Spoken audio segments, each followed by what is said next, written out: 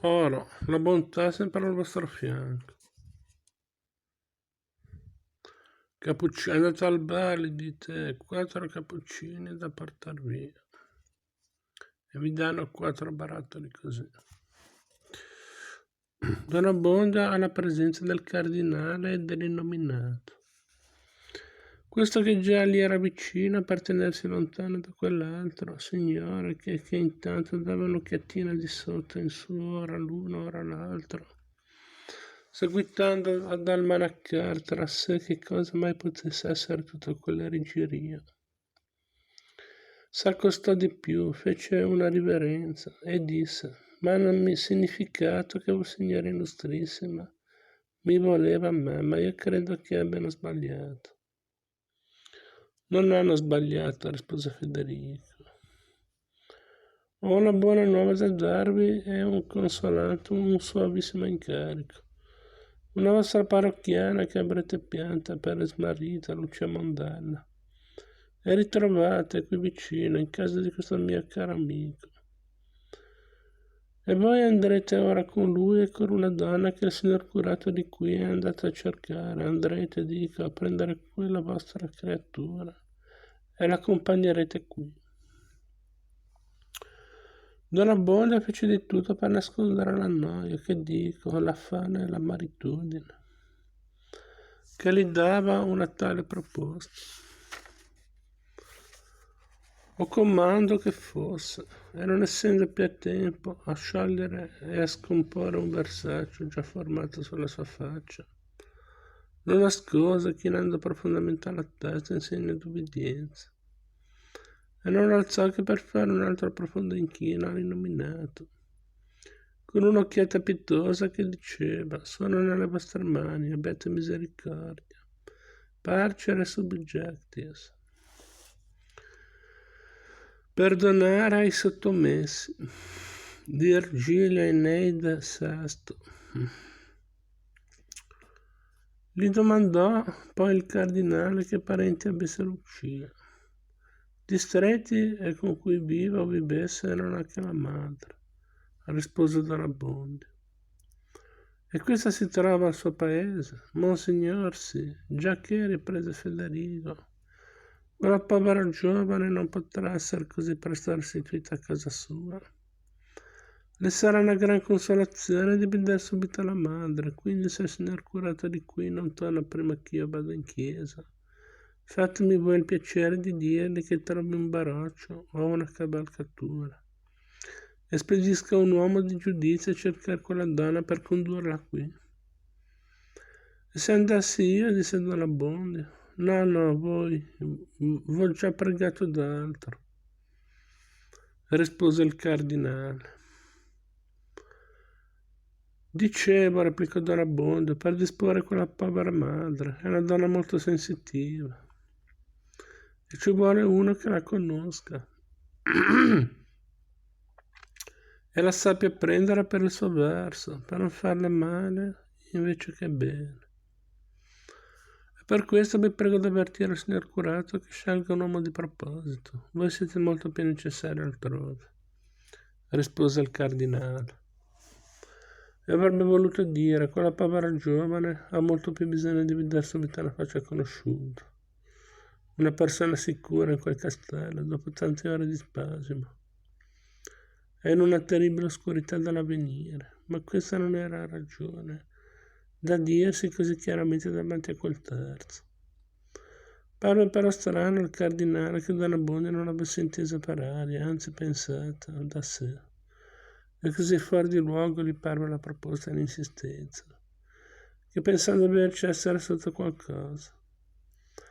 Lo guardò in viso e vi scoprì facilmente la paura di viaggiare con quell'uomo tremendo, d'andare in quella casa, anche per pochi momenti, volendo quindi dissipare affatto quell'ombra codarda,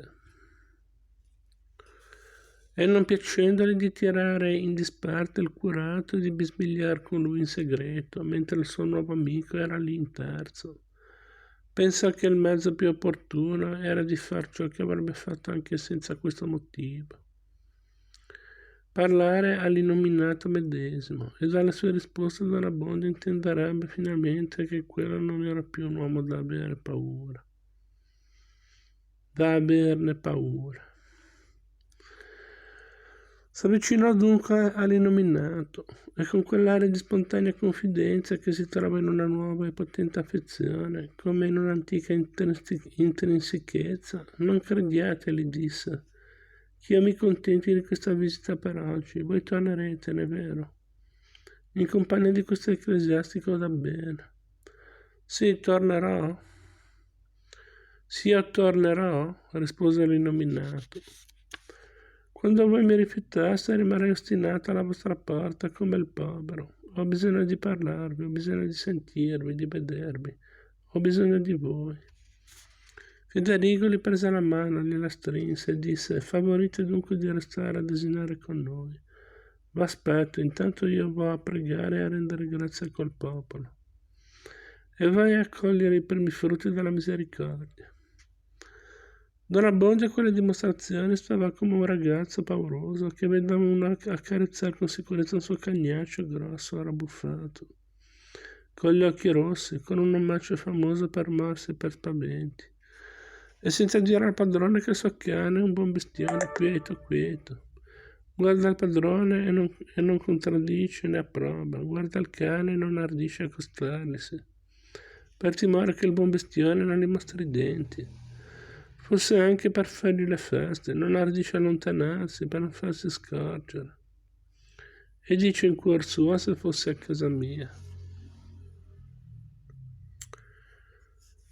Al cardinale che si era mosso per uscire, tenendo sempre per la mano e conducendo a sé l'illuminato, diede di nuovo nell'occhio il pover'uomo che rimaneva indietro, mortificato, malcontento, facendo il muso senza volerlo, e pensando che forse quel dispiacere gli potesse anche venire dal parere d'essere trascurato.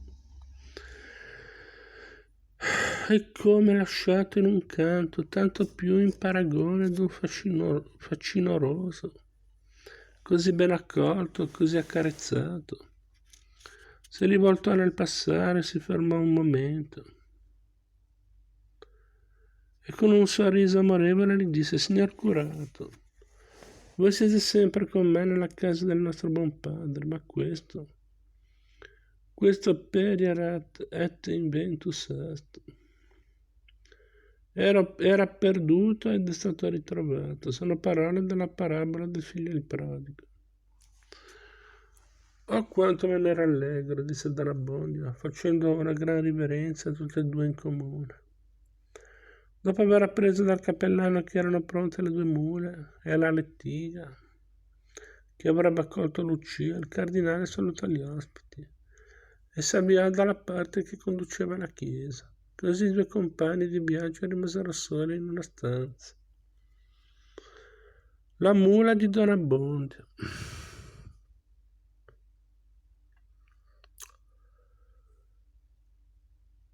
Stava l'illuminato tutto raccolto in sé, pensieroso, impaziente che venisse il momento di andare a levare di pene e di carcere la sua Lucia, sua ora in un senso così diverso da quello che lo fosse il giorno avanti. E il suo viso esprimeva un'agitazione concentrata, che all'occhio ombroso di Don Abbondio poteva facilmente parere qualcosa di peggio. Lo so guardava, avrebbe voluto attaccare un discorso amichevole, ma cosa devo dirgli? Pensava. Devo dirgli ancora, mi rallegro di che? Che essendo stato finora un demonio vi siete finalmente risoluto di diventare un galantuomo come gli altri. Bel complimento. In qualunque maniera io le rigiri, le congratulazioni non vorrebbero dire altro che questo. E se sarà poi vero che sei diventato galantuomo, così a un tratto? Delle dimostrazioni se ne fanno tante a questo mondo. E per tante cagioni, che so io alle volte. E intanto mi tocca andare con lui in quel castello. Che storia. Chi me l'avesse detto stamattina. Ah, se posso uscire nel salvamento, ma da sentire la signora Perpetua, d'avermi cacciato qui per forza, quando non c'era necessità, fuori delle mie piede. Fuori della mia piede. Parrocchia.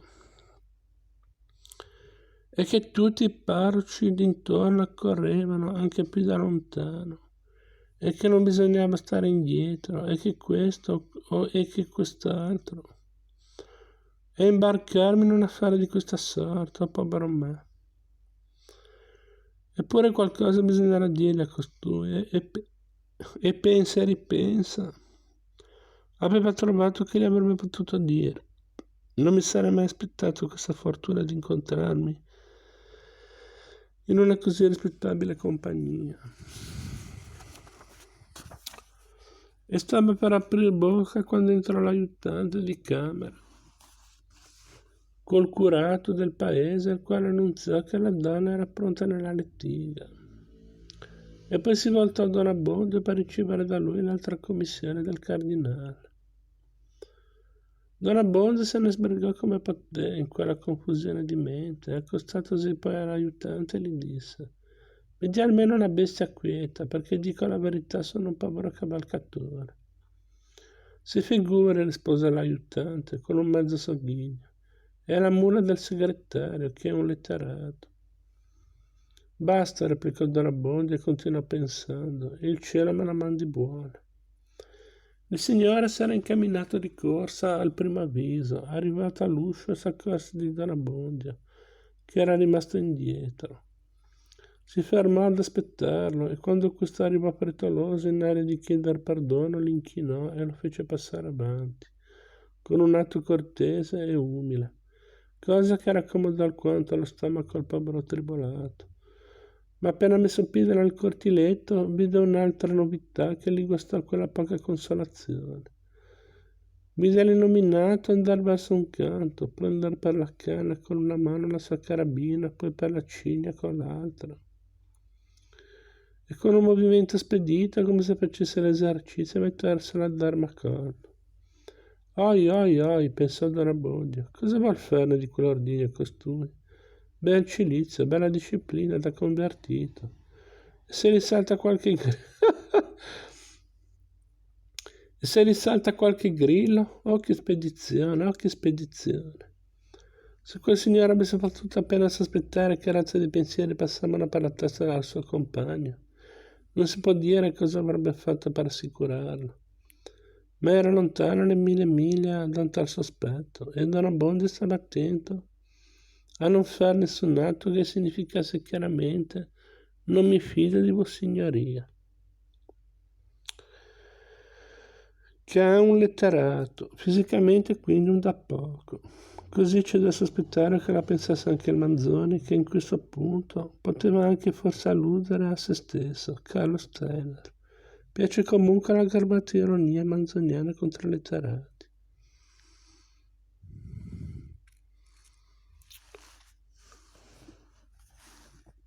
Arrivati all'uscio di strada trovarono le due cavalcature in ordine. L'illuminato s'alzò su quella che le fu presentata da